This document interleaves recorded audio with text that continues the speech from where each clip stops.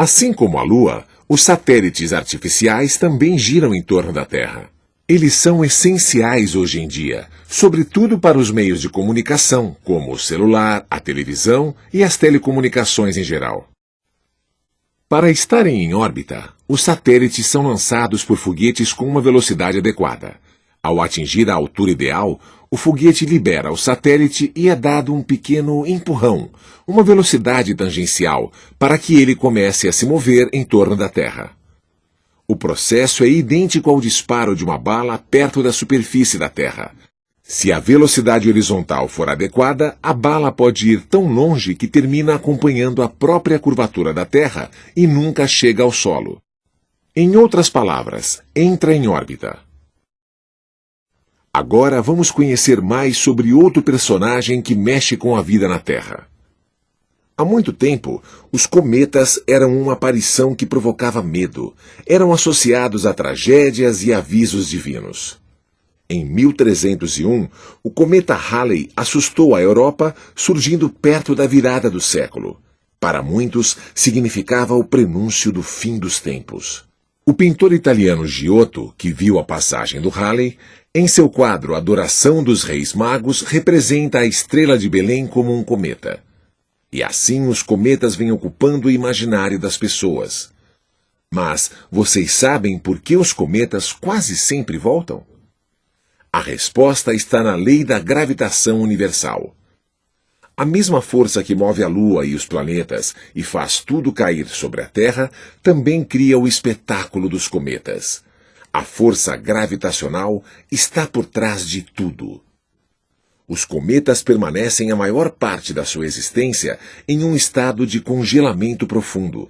Eles são formados por poeira, gelo e quantidades menores de dióxido de carbono e outros gases.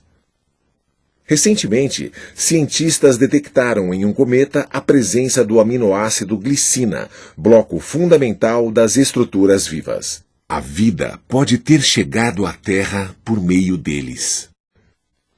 A atividade dos cometas é disparada com o aumento da temperatura à medida que se aproxima do Sol. Nesse estágio, parte dele sublima, isto é, passa diretamente do estado sólido para o gasoso pelo alto nível de radiação solar. Forma-se assim uma névoa em torno do cometa que se transformará em uma cauda com a proximidade do Sol. À medida que se aproximam do Sol, produzem um espetáculo inesquecível. Seu diminuto núcleo fica envolvido por uma nuvem brilhante de poeira e gás. A cauda assim formada pode ter dezenas de milhões de quilômetros de comprimento e por isto eles podem ser vistos aqui da Terra. Graças à força gravitacional, os cometas têm uma regularidade surpreendente. É por isso que o cometa Halley demora de 75 a 76 anos para retornar. Mas na próxima passagem do Halley pela Terra, nossos problemas serão bem mais sérios. O aumento do nível do mar afetará milhões de pessoas pelo mundo. Então, vamos entender agora como funciona o movimento das marés. Todo pescador conhece o movimento sábio do mar e sabe que ele depende diretamente da Lua. Todos os dias, a amplitude do mar se alterna a cada 6 horas aproximadamente em 2 grupos de marés, altas e baixas. Mas qual é a relação entre as marés e a Lua? Segundo Newton, a atração gravitacional da Lua sobre a Terra é a principal causa das marés. Nós já sabemos que a Lua exerce força atrativa sobre a Terra e que esta força diminui com a distância. Consequentemente, o puxão gravitacional da Lua é maior na região da Terra que estiver mais próxima. A água dos oceanos reage quase livremente. Isso deforma o planeta na região mais próxima da Lua, criando 2 alongamentos opostos. São as marés altas. Em outras regiões do planeta, o nível da água vai diminuir. Como a Terra gira em torno do seu próprio eixo, um ponto fixo sobre ela atravessa um desses alongamentos em certo momento. É a maré alta. e depois de girar um quarto de volta, ou seja, aproximadamente 6 horas mais tarde, o nível de água naquele mesmo ponto estará agora abaixo do nível médio do mar. Isso é a maré baixa. Diariamente temos uma maré alta. 6 horas e 12 minutos depois, uma baixa. Depois de mais 6 horas e 12 minutos, outra alta. E, finalmente, outra baixa no mesmo período seguinte. Ou seja, existe um conjunto de duas marés, uma alta e outra baixa, a cada 24 horas e 48 minutos, que é a duração do dia lunar. Por não envolver exatamente 24 horas, as marés ocorrerão em horários diferentes a cada dia. Em alguns lugares, as marés são tão intensas que podem atingir até 15 metros de altura. Não podemos esquecer que o Sol também tem relação com as marés, apesar da grande distância. Sua influência é menor, mas o nível dos oceanos flutua diariamente de acordo com as interações do Sol e da Lua com a Terra.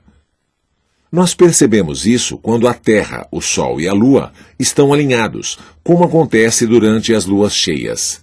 Nas luas novas, o mesmo acontece, agora com a Lua entre o Sol e a Terra. Nestas duas luas, as marés são mais intensas. As marés altas ficam acima da média e as marés baixas abaixo da média. E quando a Lua está a meio caminho entre uma lua nova e uma cheia, as marés anulam-se parcialmente. As marés altas passam a ser menores que a média e as baixas se tornam maiores que a média. Nesse programa, passeamos pelos mistérios do universo. Desde os gregos, que nos levaram ao sistema geocêntrico de Ptolomeu, até a ousadia do padre Nicolau Copérnico, 1400 anos depois, propondo que o Sol substituísse a Terra no centro do universo. O sistema heliocêntrico despertou então a ira da própria Igreja Católica, além de semear novas ideias. Das proposições de Galileu, Kepler e Newton, surgiram importantes conceitos e leis, como as 3 leis de Kepler e a lei da gravitação universal. Já no século XX, Albert Einstein sugeriu uma nova e revolucionária compreensão do universo. E assim a ciência evolui, e o espaço continua instigando a curiosidade humana e alimentando a imaginação dos poetas.